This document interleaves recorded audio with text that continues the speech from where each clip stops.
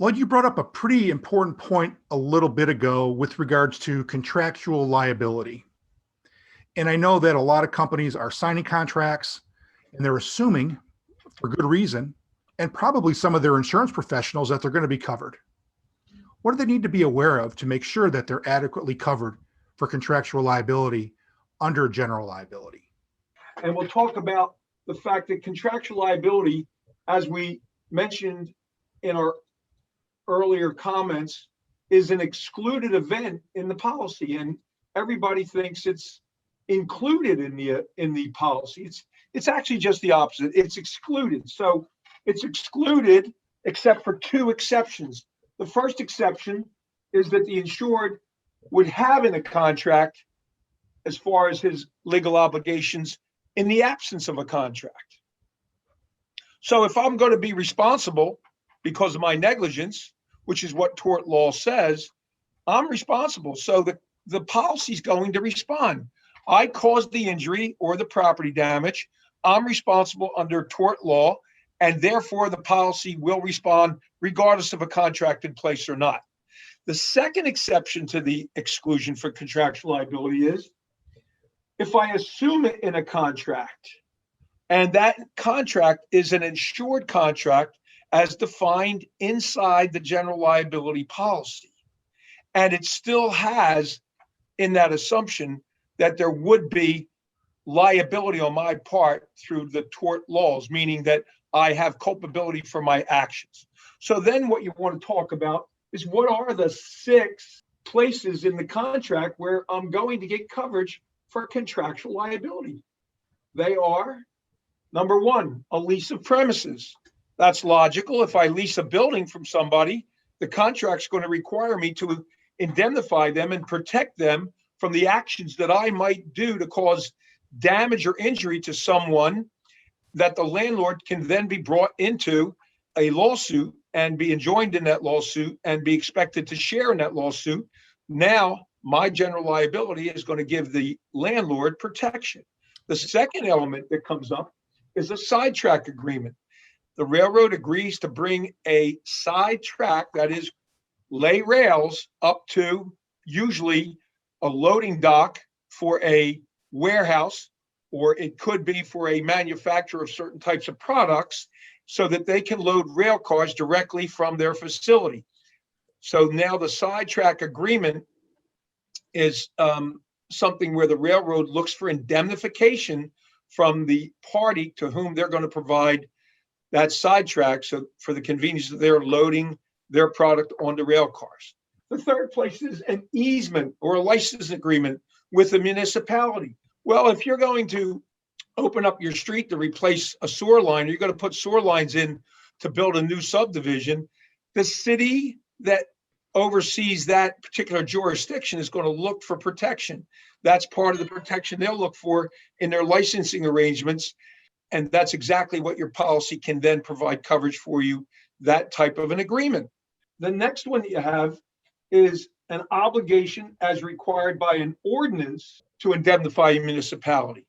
That goes specifically a little bit different than just the easement for property, goes to where the municipality has to give you permission to perhaps encroach on city property to do certain types of work, and or on private property that requires you to be using or tying into their facilities.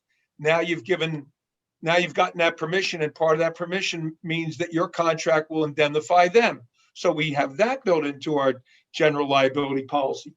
We also have an elevator maintenance agreement. Basically, when you have a property that has an elevator in it, you're going to have an elevator company that's going to do the maintenance work. However, that maintenance company does not want to be responsible for actions that you may take on your own that impact the elevator and may cause bodily injury or property damage. I mean, I'll give you an example of one that occurred. A maintenance man ran the elevator up out of the way so it could go into the pit area where the mechanics of the elevator are, but he didn't lock it out, and it came down and hit him. So both the maintenance company was brought into the lawsuit. They wanted to be indemnified by the owner of the building. So that's what the elevator maintenance portion of contractual liability definitions does for you. The final one is the one that you see all the time, Brian. This is the one that impacts everybody and everywhere. When you sign a contract and that contract asks you to indemnify somebody and hold them harmless for actions that you may do in which you have caused injury, this is the section. This is what they call that part of any contract or agreement pertaining to your business. So you're going to indemnify that person because your business is impacting the other party in a way that causes them to be brought into the lawsuit. That's mostly what we sign as contracts.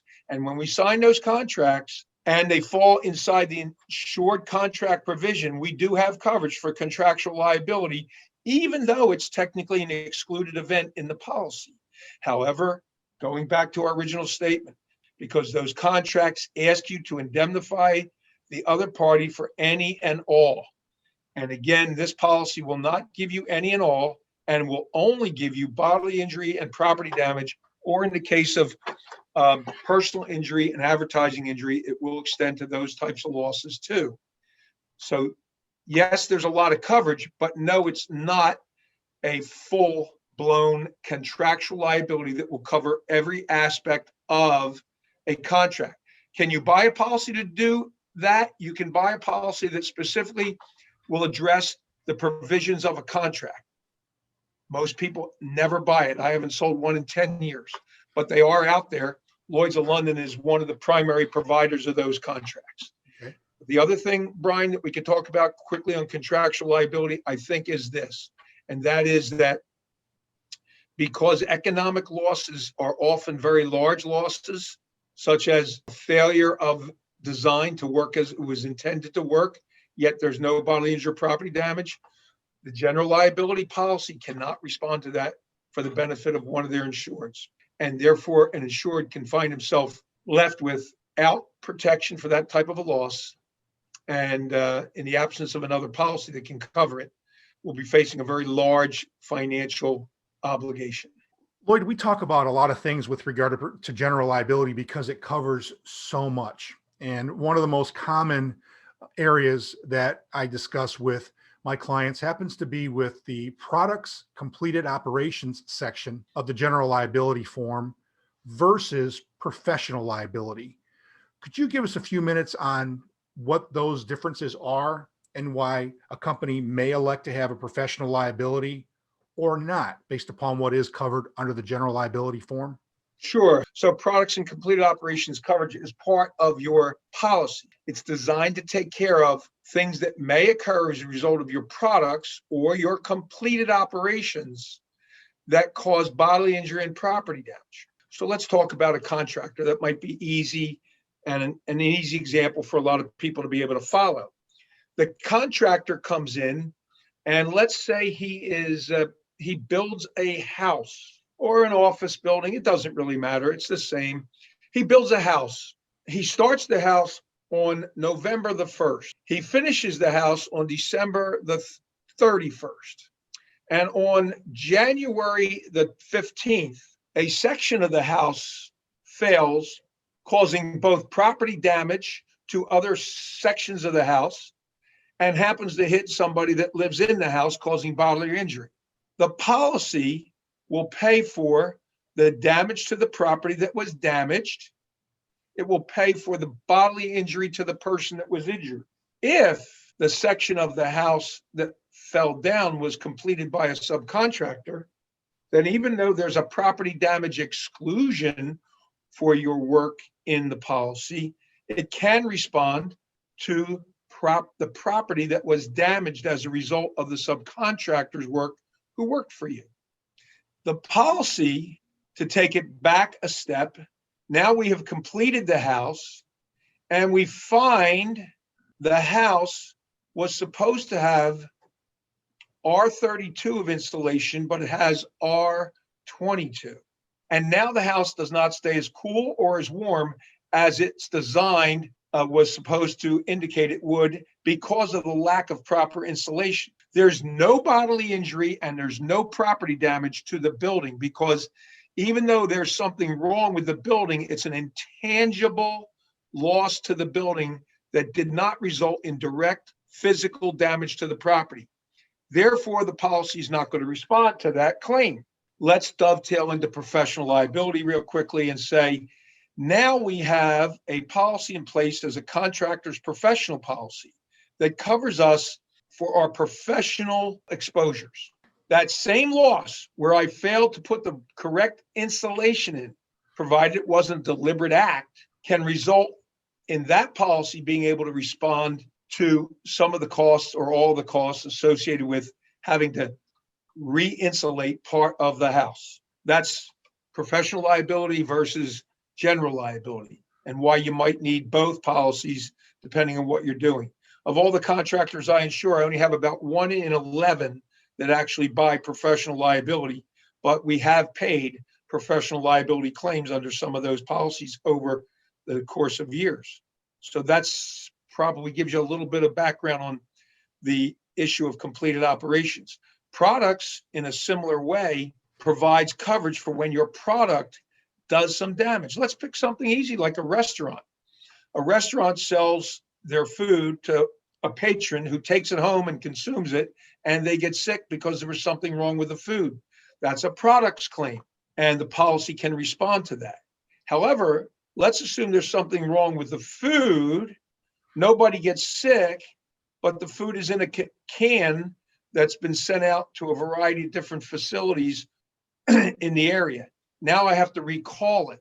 Although a lot of times you can have some limited coverage for recall under a general liability policy, it's generally not going to give you what you need for the recall event. Why? Because there's no bodily injury or property damage that's been sustained. There's something defective about your product, and we don't pay necessarily under the general liability policy to take care of defective product that you produce. We pay for what it does to somebody else. That's the best way to think about it. What does it do to somebody else? So just to summarize that, general liability under the product's completed operations coverage is going to pick up physical damage loss, the cost of that, and the cost if someone were to be injured.